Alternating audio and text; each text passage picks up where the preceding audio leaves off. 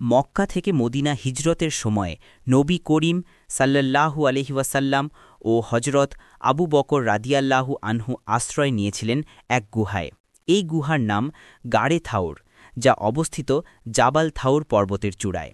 এই পাহাড়টি মক্কা নগরী থেকে প্রায় ৪ কিলোমিটার দক্ষিণে।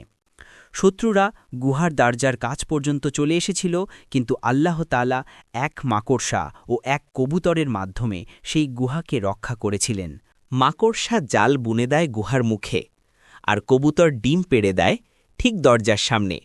এ দৃশ্য দেখে কুরাইশরা ভাবে, যদি কেউ ভেতরে ঢুকত তবে এই জাল আর ডিম কেমন করে থাকত। আল্লাহর কুদরতে নবী সাল্লাল্লাহু আলাইহি ওয়াসাল্লাম নিরাপদে রয়ে গেলেন। আর এখান থেকেই শুরু হয় ইসলামের ইতিহাসের সবচেয়ে গুরুত্বপূর্ণ অধ্যায়, হিজরাত, মদিনা। আজও জাবাল থাউর ইসলামের এক মহিমান্বিত স্মৃতি হয়ে দাঁড়িয়ে আছে, যা প্রতি বছর অসংখ্য মুসলমান পরিদর্শন করেন শ্রদ্ধাভরে।